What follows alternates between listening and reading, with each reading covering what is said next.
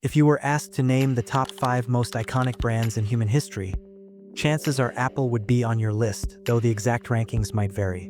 But what if I told you that Trump's push to force Apple to manufacture iPhones in the USA or face massive tariffs could actually kill the company? Why is he demanding something nearly impossible? Something that could lead to the collapse of the Apple empire and open the door for Samsung or Chinese brands to take the crown. What if Apple started manufacturing iPhones in the USA? This question is sparking explosive debates on Wall Street and among tech fans around the world. Let's dive deep and unpack the full story.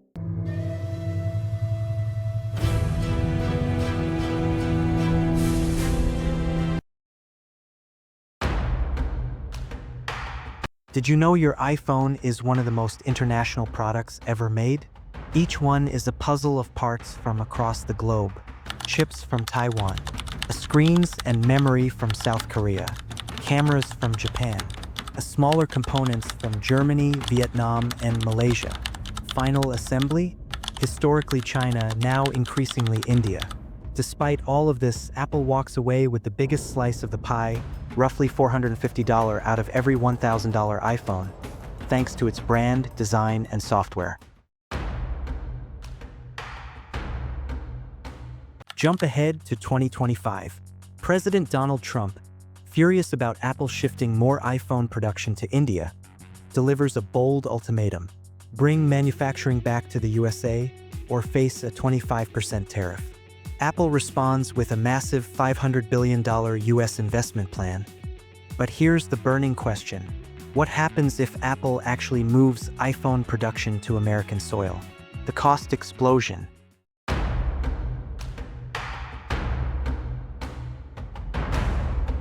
Let's break it down. Assembly cost in India/China, around $30 per iPhone. Assembly cost in the US, nearly $390, that's over 13 times more. Why? US labor costs about $2,900 per month. India, just $230 per month. Building US plants? That's a whole other story, $30 billion upfront and a minimum of 3 years to build them out. Experts say $1,000 iPhone could skyrocket to $3,500. And this isn't just a price increase, this is an economic shockwave.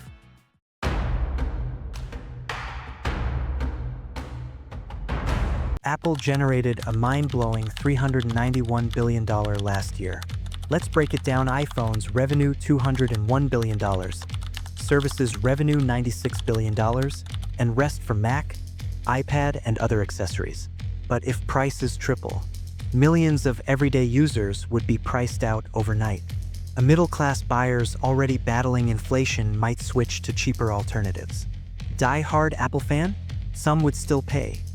But Apple risks becoming a niche luxury brand, even in its own home market. And forget about emerging markets, where most of the future growth is expected. Take India, for example. Apple sales are growing over 50% year over year there. And Wall Street, already reacting.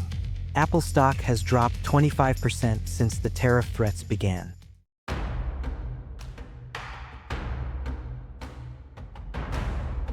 Let's put Apple up against its biggest competitors. Labor cost per iPhone made in USA $390, supply chain disrupted, delay in production, flexibility low, and price $3,000 plus. Labor cost per Samsung phone made in Vietnam or India $30, supply chain efficient, flexibility high, and price $800 to $1,200.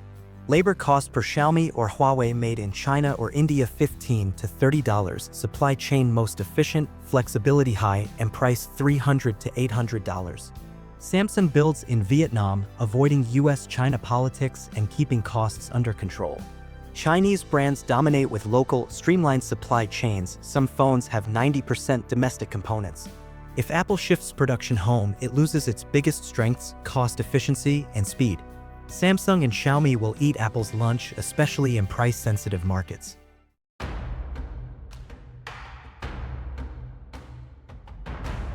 Apple's Asian supply chain took decades to build. You can't just recreate that in Ohio or Texas overnight due to lack of skilled labor and availability on short notice for a temporary basis. China's edge? Skilled labor, dense supplier networks, and 20 to 50% cost savings. India is rising fast. As of 2025, Apple already assembles half of US-bound iPhones there. Still cheaper, even with tariffs, than doing it in America. For iPhone Pro price $999 after 25% tariff, it would cost $1,250 compared to $3,500. The most ambitious attempt to bring Foxconn's production to the US? It turned into a complete disaster. Back in 2017, President Trump proudly announced a $10 billion investment from Foxconn to build high-tech plants in Wisconsin. He even claimed Apple would construct 3 big, beautiful plants on American soil, despite Apple never officially being tied to the project. What happened next? Foxconn kept changing its plans. At one point it was TVs, then screens, and eventually, during the pandemic, it pivoted to making face masks, nothing electronics. The plant was supposed to bring 13,000 American jobs. The reality? Just 1,454 jobs created. Most of the factory? Still unbuilt. The dream? Mostly abandoned. Meanwhile, back in 2011, Apple had partnered with Foxconn to expand iPhone production to Brazil, hoping to sidestep heavy import duties in that market. That plant is still running today and is expected to produce iPhone 16 models, helping Apple avoid US tariffs. But here's the catch. Even after pouring $12 billion into the Brazilian factory, most of the components still had to be imported from Asia. And by 2015, 4 years after the grand announcement, iPhones made in Brazil were selling for twice the price of those made in India or China. Some experts believe Trump isn't serious about forcing Apple to manufacture in the US. They say he's simply using this as leverage to extract more concessions from India, especially with a major trade deal nearing conclusion. Others argue he's just saying whatever comes to mind without a clear policy plan behind it.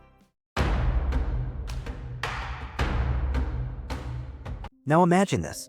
US consumers furious over $3,500 iPhones. Apple trapped either slash profits or lose market share. Competitors thriving as Apple stumbles. Jobs? Sure, but at what cost? A few factory roles in exchange for millions of customers turning away.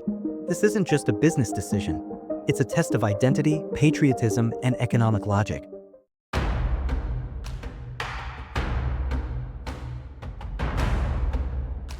Bringing iPhone manufacturing back to the USA sounds like a win for America, but the numbers?